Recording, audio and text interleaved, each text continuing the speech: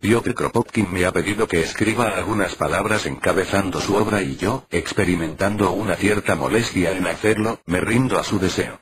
No pudiendo agregar nada al conjunto de argumentos que él aporta en su obra, corro el riesgo de debilitar la fuerza de sus palabras.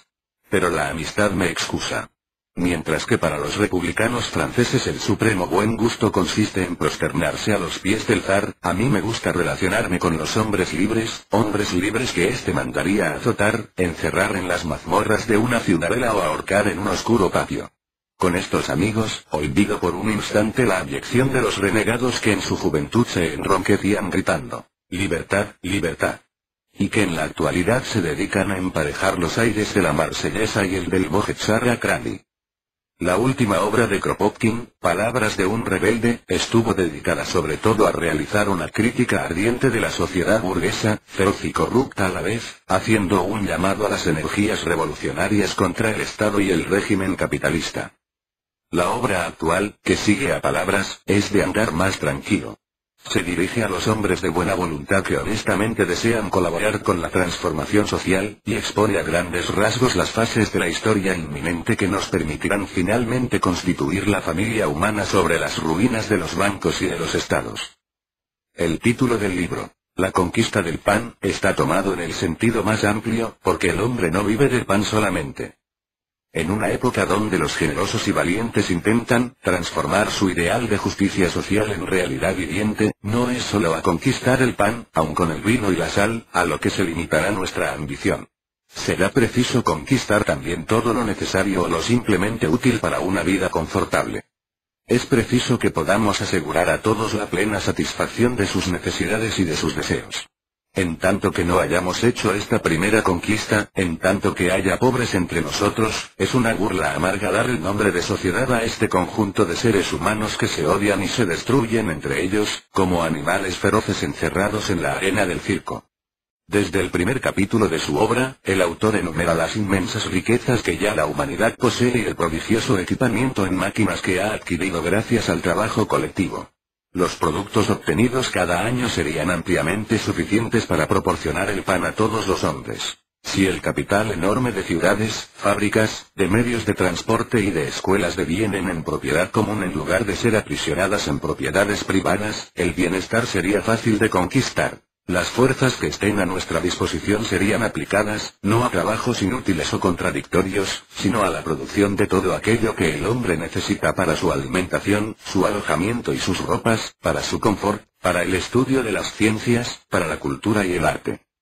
No obstante, la recuperación de las posesiones humanas, o sea la expropiación, solo puede ser realizada por el comunismo anárquico. Es preciso destruir el gobierno y sus leyes, repudiar su moral, ignorar a sus agentes, y se llevará a cabo por los interesados mismos siguiendo su propia iniciativa, agrupándose según sus afinidades, sus intereses, su ideal y la naturaleza de los trabajos emprendidos.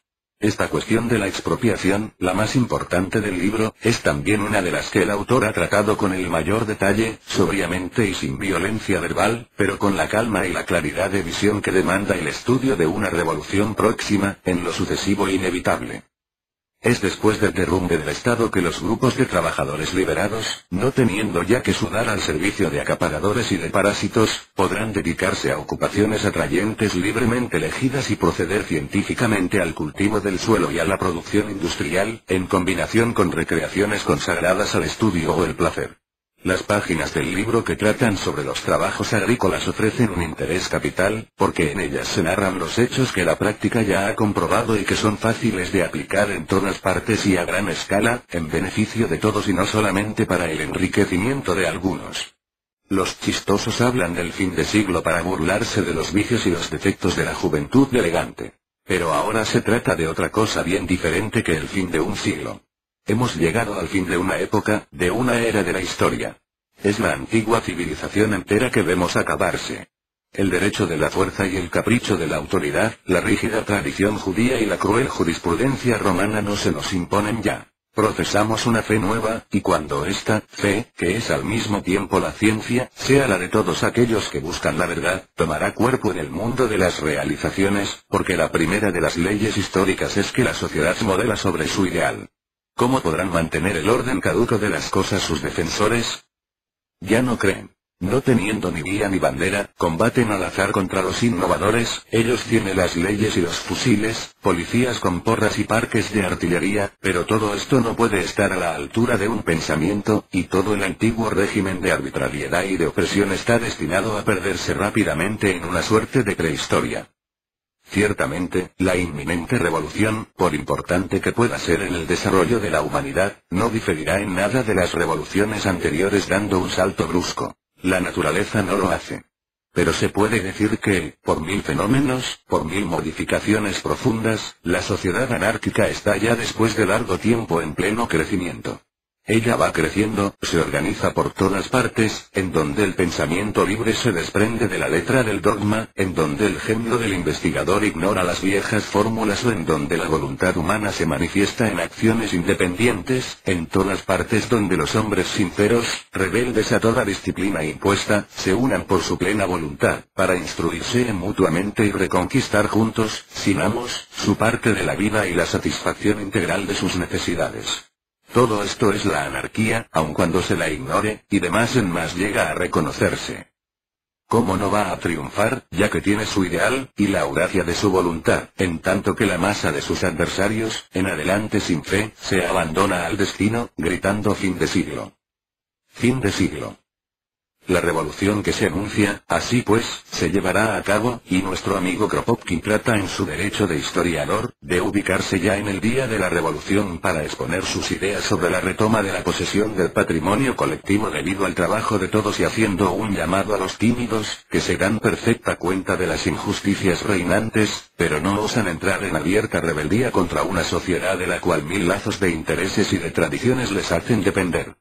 Ellos saben que la ley es inicua y mendaz, que los magistrados son los cortesanos de los fuertes y los opresores de los débiles, que la conducta regular de la vida y la probidad sostenida en el trabajo no son siempre recompensados por la certeza de tener un pedazo de pan, y que son mejores armas para la conquista del pan y del bienestar, la cínica impudicia del especulador bursátil y la áspera crueldad del prestamista prendario, que todas las virtudes.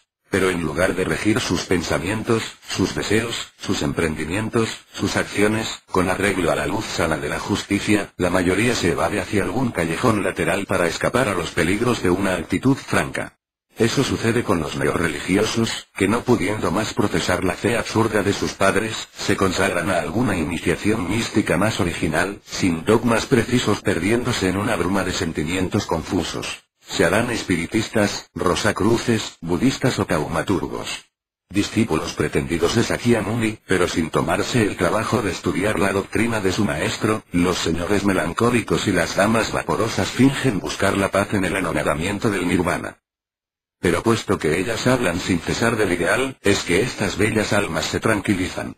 Seres materiales como nosotros somos, tenemos esto es verdad la debilidad de pensar en la alimentación, porque frecuentemente ha faltado. Falta ahora a millones de nuestros hermanos eslavos, los súbditos del zar, y a otros millones más. Pero más allá del pan, más allá del bienestar y todas las riquezas colectivas que pueda procurarnos la puesta en actividad de nuestros campos, vemos surgir a lo lejos, delante nuestro, un mundo nuevo, en el cual podremos amarnos con plenitud y satisfacer esta noble pasión del ideal que los amantes etéreos de lo bello despreciando la vida material, dicen que es la sed inextinguible de sus almas.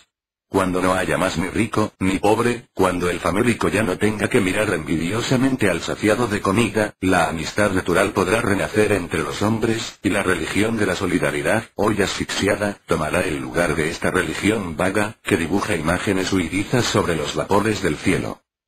La revolución cumplirá más que lo prometido. Ella renovará las fuentes de la vida limpiándonos del contacto impuro de todas las policías y nos liberará finalmente de las viles preocupaciones por el dinero que envenenan nuestra existencia. Será entonces que cada uno podrá seguir libremente su camino. El trabajador cumplirá la tarea que le convenga. El investigador estudiará sin prejuicios. El artista no prostituirá más su ideal de belleza por su sustento y en adelante todos amigos, podremos realizar concertadamente las grandes cosas entrevistas por los poetas. Sin duda entonces a veces se recordarán los nombres de aquellos que, por su propaganda abnegada, pagada con el exilio o la prisión, hubieron preparado la nueva sociedad. Es pensando en ellos que nosotros editamos La conquista del pan. Recibiendo este testimonio del pensamiento común, a través de sus barrotes o en tierra extranjera, se sentirán algo más fortificados. El autor seguramente me aprobará si dedico su libro a todos aquellos que sufren por la causa, y sobre todo a un querido amigo cuya vida entera fue un largo combate por la justicia. No diré su nombre. Leyendo estas palabras de un hermano, él se reconocerá en los latidos de su corazón.